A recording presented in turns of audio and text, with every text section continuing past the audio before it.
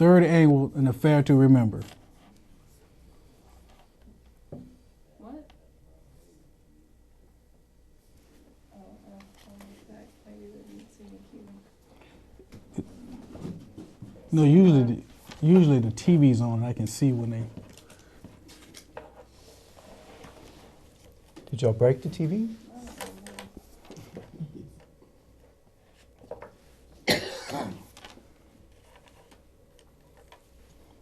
But yeah, so I can go online and take care of all the paperwork, but I just don't know if you want to,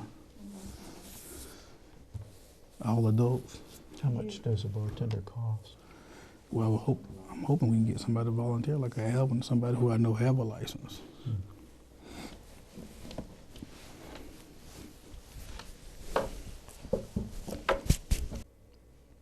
An Affair to Remember. Join us right after this.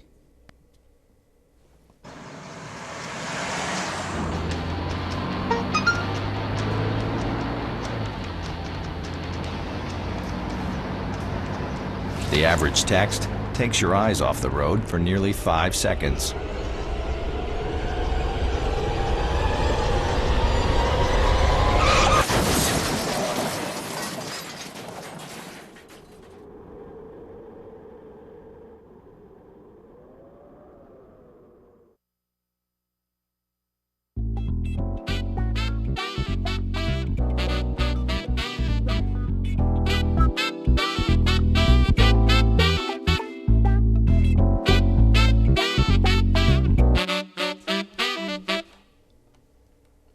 Welcome to Community Watch.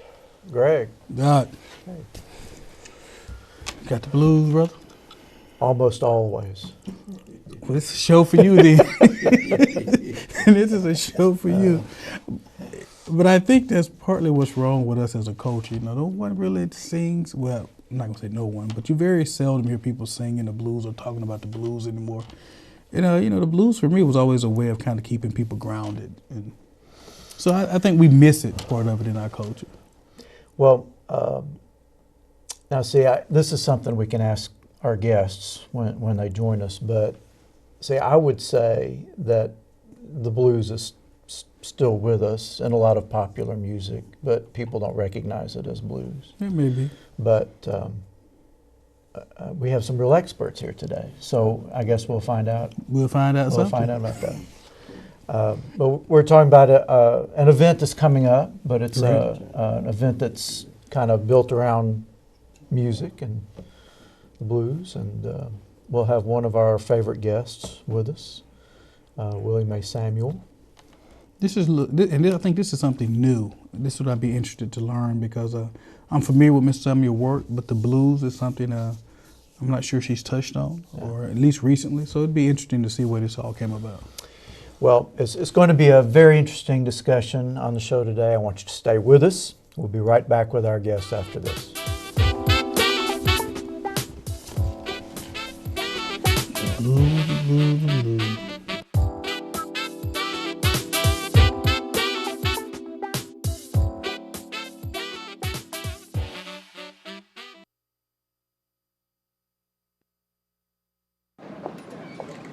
Hi, may I please have an application? Thank you.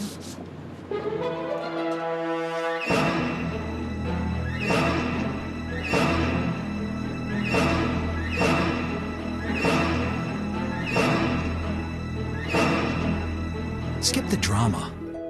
Get your diploma. Okay. Take that first step towards a better future. Find free adult education classes at finishyourdiploma.org. Welcome back to Community Watch, and we are thrilled to have with us again Willie Mae Samuel, and also with us is Mr. Hardy Sams. Welcome. Thank you. It's Now- good to be here. Now, Ms. Samuel, we are this close to just naming the show after you. How many times has she been on? Between her and the symphony, I mean, it's Neck and neck, isn't it? Yeah. But that's a side of activity. You know? Yeah. Well, there is no busier person. is there? There's not. I hope and pray that there is, because I am definitely slowing down, and so I hope someone is busier than I am, I just and I can't have imagine. more energy than I have as well. Well, we want to hear about the event and also what the event is for, and some background about it. So I know you have brought to us a number of events through the African American Connection of the Performing Arts. Is that right? That is correct. Am I saying it right? You're saying it correctly. And this event is a part of that as well, or at least being presented by that. Right, it's a part of organization. that. It's an extension of that. When my son over there, who is also the host, when he approached me, almost 10 years ago, about the fact we were doing one production a year. And when he approached me about that, he said, we've got to do more. And I said, I like the we. If you will help me, we will. And so that's why you notice I won't let him go. So normally we do 3 productions a year.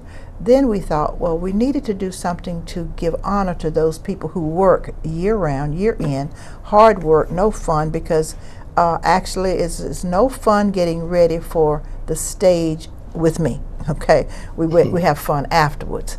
So we thought we'd have a special time, and we'd call that an affair to remember, because we want to do something that's so unique, that is so different every year, that it will be an affair to remember. It's not like, well, okay, they're going to do the same thing this year that they did last year or whatever. No, we don't do that. We do something different every year. So the first year, it was a wonderful event, memorable.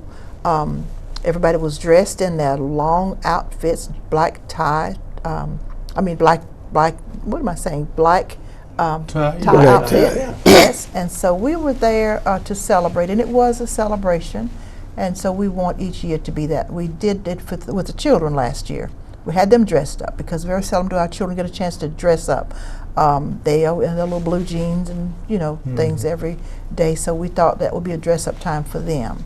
I was kind of disappointed. I'm going to tell you, I was very disappointed, because it seems that our adults did not realize that we need to look pretty even when we're going with our children looking pretty. A lot of them had the children dressed up, but they didn't dress up. So I was really unhappy. I told him I was very unhappy with that, because we want to show our children the best that we can be as well. So this year I've said I don't look at, Mr. Hardy knows that I don't like looking at the Oscar and all those things, but I'm asking him, did you see the Oscar? Did you see anybody out there with blue jeans and shorts and all that? No, well, let's dress, we're going to look like that on this night. Well, I know that I sometimes have to be coerced into wearing a tuxedo, but a tie pretty much every day. Yeah, and actually we have that same problem with some of our students. Oh, when we go places, it's like I shouldn't have to tell you, that some days you just need to represent yourself in a different. Yeah. And happened just a couple of weeks ago. Yeah, that's what I was thinking about, actually. And what's interesting that you say that, Miss Amy, is that because if you look at pretty much any historical picture, especially when people was going out at night, weren't they dressed? Always a hat on. It was dressed. Yeah. It's almost like we have forgotten that. That even during the roughest of times, even during the nadir period, people still dress. People represented themselves in a very professional manner. Proudly. And it's almost it's become almost passe where you can just show up in anything at any Where the event. jeans are. Yeah, and so I like that idea in the Federal Remember, a black tie event, a gala type style where people come out, dressed. Because I do think, I know the 100 model, what they see is what they'll be. Right. And our children need to see us Yes. like that at times, and so I think that's very important. But I might have gotten that idea from you, because I think you started it with the children up there at the academy. Okay. And you had certain days when they would put their little ties and shirts on and look really nice. And so when we started doing this, an affair to remember, I thought, now this is what we need to do. But my question is, because this is, from the years I've worked with you and the repertoire of things that you write about, the blues was different. I've never seen that part of the blues. So I'm curious, where did that come from? What made you say, you know what, let's do something around the blues? I have no idea. I have always loved listening to the blues, and of course, I'm from South Carolina. We had one radio station that would come in at night, and it was coming from Nashville, Tennessee, and it would come in on like at 9 o'clock every night. And boy, we would sit and listen to it. Randy's Record Mark, I think it was called, and we would listen to him. And I think on Sundays it would be it would be spiritual, but during the week it would be rhythm and blues, just pure old low down dirty blues. And so I liked it, and then I started kind of researching it, and a couple of years ago Alan Lomax is one who's interested in the blues. He's interested in what he's saying is that it seems to be a genre that's actually being lost, because during that time it was neglected, it was misunderstood, it was just unknown. So I started listening and doing some research on that, and right now he is a top researcher in that area, and he's gone down to the Mississippi Delta area and has done some recording there. And so and I also have two neighbors in my area who are interested in also recording some of the old blues singers and gospel singers, because he's saying that it's going to be lost, and not just he's saying it, it's going to be lost. So. Well, Mr. Sams, tell us a little bit about your history with the blues. Okay, first of all, I grew up with the blues. I was born in a small town, Cave Spring, and the only music that was played were either someone coming by with a guitar and a harmonica and playing the blues. I'm 73 years old. Playing the blues and stomping their feet and patting their feet and having a good time. Of course, a nice drink of corn liquor went well with it. And that also allowed them to get loose and to have fun. And then the music, it progressed, the blues progressed from there and went on further. Then came the electronics, the electric guitars, the entire situation, it changed. And blues, I would say, became a bit upgraded. I guess that's how it would be termed, and more sophisticated, and began to go not only in the U.S., throughout the country, and, excuse me, it ventured on into foreign countries, Japan especially. You can go to Japan and find a blues player that plays, you think he came out of Mississippi. But I've been interested in blues for all of my life, and I try to sing the blues. I think I do a fairly well job. Now, from what I understand, you was known in New York as Sam. So you had a New York. Yeah, that's what I want to hear about. Well, Sam, it was always everything moving fast. So by Sam, my name Hardy Sams, and few people knew me as Hardy, but they knew me as Sam. And eventually, I did open up a little jazz club, a little blues club, a small neighborhood bar turned into a jazz venue. I had a lot of musicians at my exposure, and they came by and they loved to play. They played for free. It was a jam session. So therefore, they were doing a lot of instrumental, and they needed a vocalist, and who but me? And I stepped onto the stage and got coached just a bit and fell right in time, and people began to ask for me, and they kind of liked what they heard. And, of course, that made me feel good. And having the bar, too. When you give your bartenders a drink or your musicians a drink, they tell you can sing whether you can or not. But on from there, I left New York and I came back to Georgia, and I ended up going to the Skytop. And they had a very good band called the Backwater Band. And without having a lot of things to do, on Saturday nights, I would go up and join the band. And it got to the point where they would make requests. They would call for me, and I liked that. They enjoyed me, so I did quite well with it until the Skytop closed. Well, this has actually come up in some of my college classes. Students use the term blues, and they're familiar with the word, but when I ask them to actually define it, it's hard for them to do that. So how would you Either Define the blues. Define the blues. Okay, blues, when they say blues, it can be misleading. There are different types of blues. There are the blues, when you have the blues. There's the Monday morning blues, when you've had a hangover, so to speak, and you don't want to go to work. That's why they call it Stormy Monday. And that's another genre of blues. And then they have the comical blues. You know, they have the funny blues that tells a funny story about things that has happened.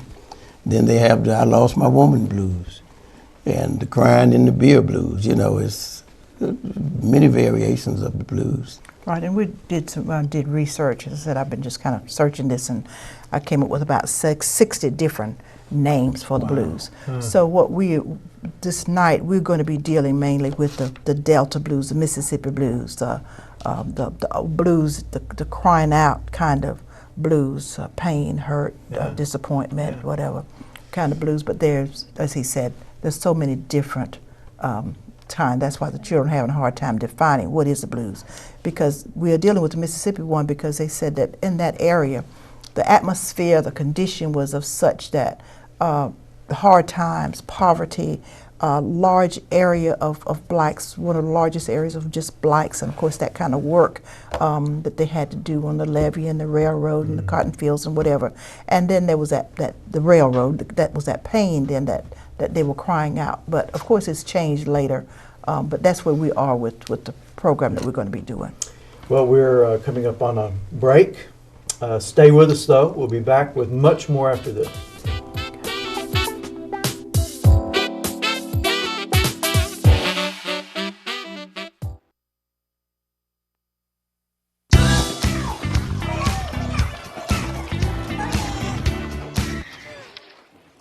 Looks like it's done.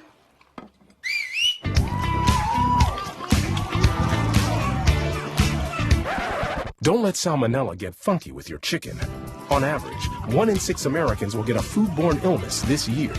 You can't see these microbes, but they might be there. So learn the right temperature to cook each type of meat. Keep your family safe at foodsafety.gov.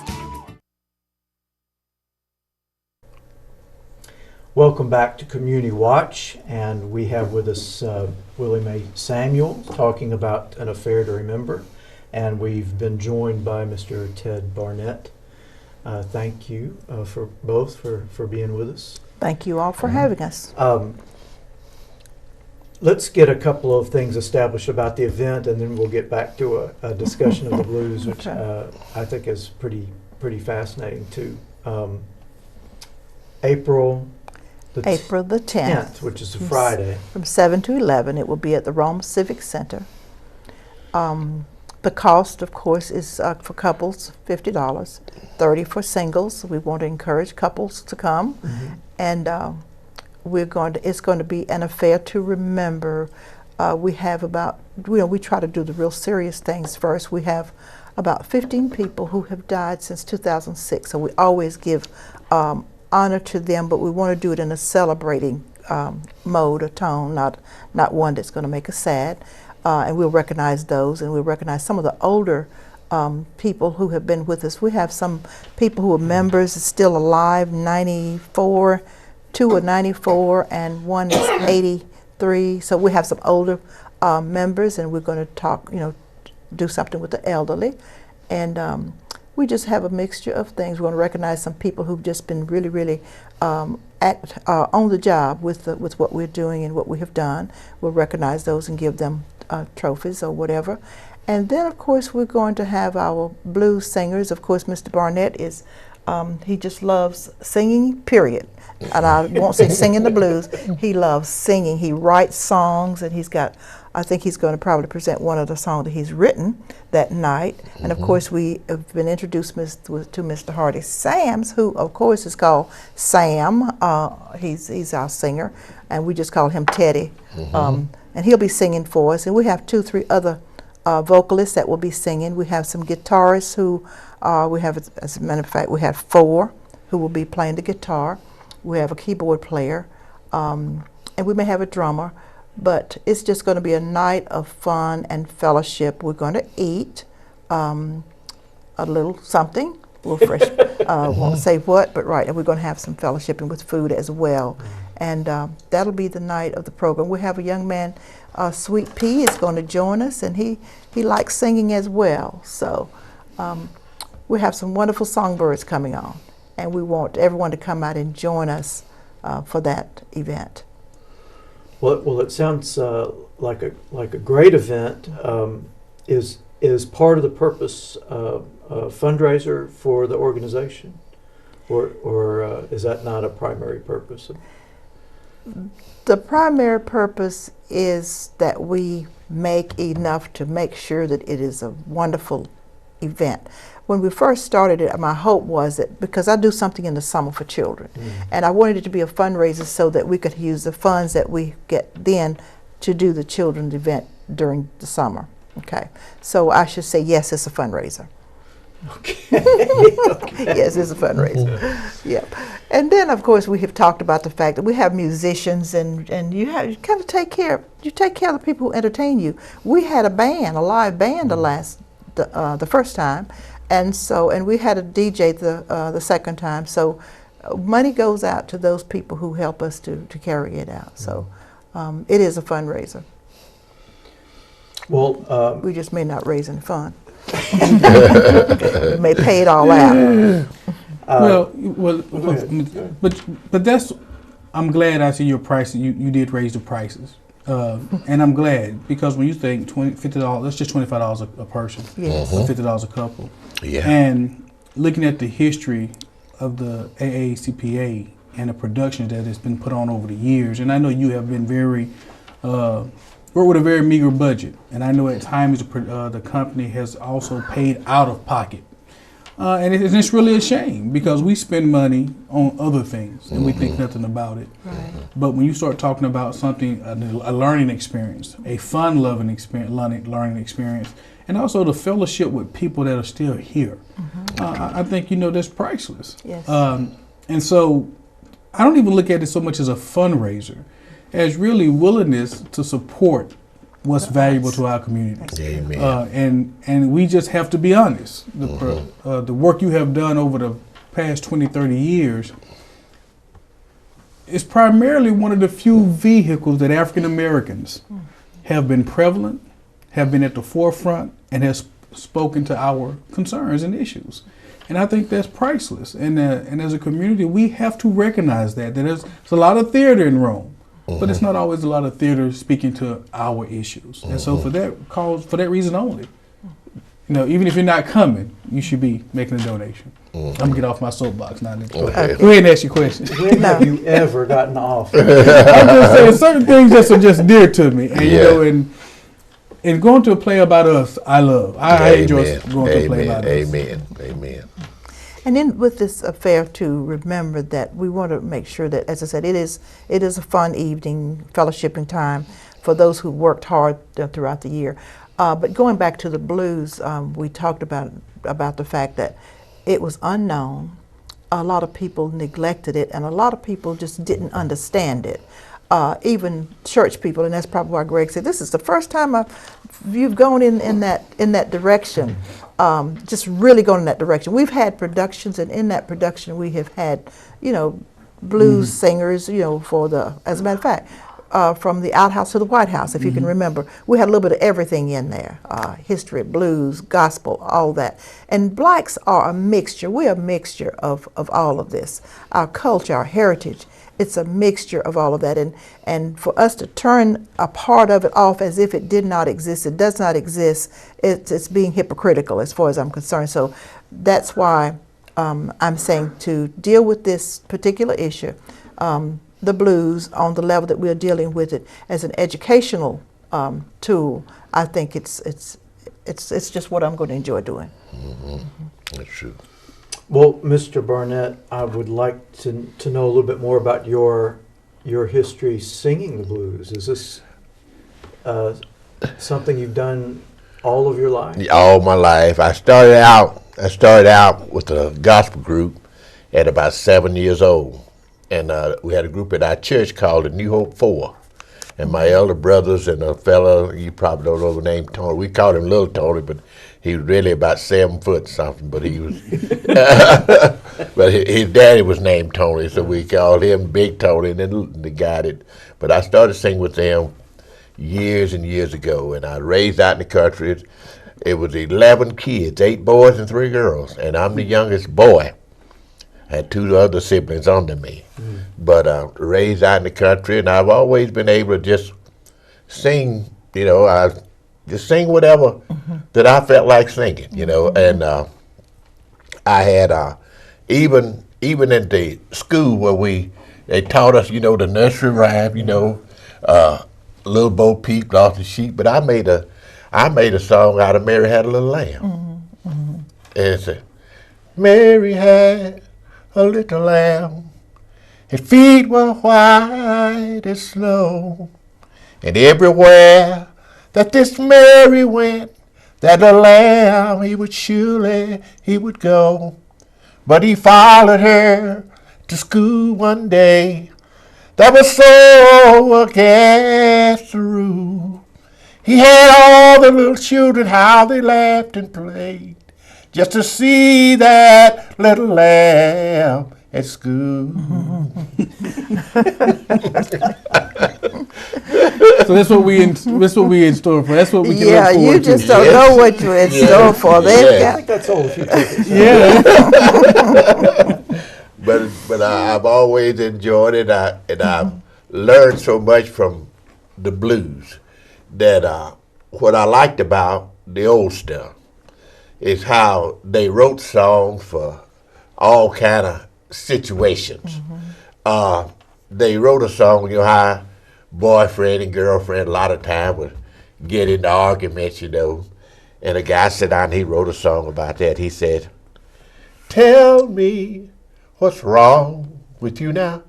Tell me why I never seem to make you happy, though heaven knows I tried. You say it's me who argue, I'll say it's you. If we don't get together now, baby, we're through. Break up to make up. And see, and even that, not just that, even how when we grew up, we didn't have a lot of these nicer places to go to dance. Black people like to dance. And a lot of time you would be dancing and somebody might come up and want to break in with your partner, you know. And then they wrote a song about that. They said, you can dance every dance with the guy who gives you the eye, let him hold you tight. You can smile every smile with the man who's holding your hand beneath the candlelight. Just don't forget who taking you home, the end is off you're gonna be. So darling, save the last dance for me. You know? But well, that's spectacular. We're coming up on a break here in just a second, but it sounds like really a one-of-a-kind of event, just like you want it to be. Definitely going to be. So stay with us. We'll be back in a minute and give you some particulars about this event and what you need to do to get there. So stay with us.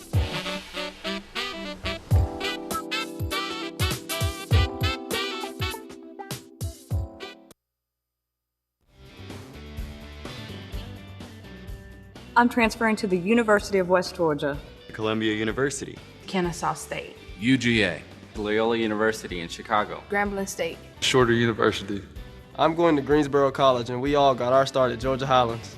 No matter where your educational journey takes you, you can get your start at Georgia Highlands College. Georgia Highlands College. Enroll, engage, excel. No, she's got tickets. Welcome back to Community Watch. We've been talking with Willie Mae Samuel and listening to Ted Barnett talk about Affair to Remember, which is coming up on April 10th, Friday, April 10th. It is a black tie singular event, $50 a couple. You need to plan now to be there. And if you would like tickets, you need to call Jackie Jenkins at this number, so write it down, 706-204-6112. And a fair to remember, April 10th, plan to be there. And we appreciate you being with us this week on Community Watch. We'll see you next time.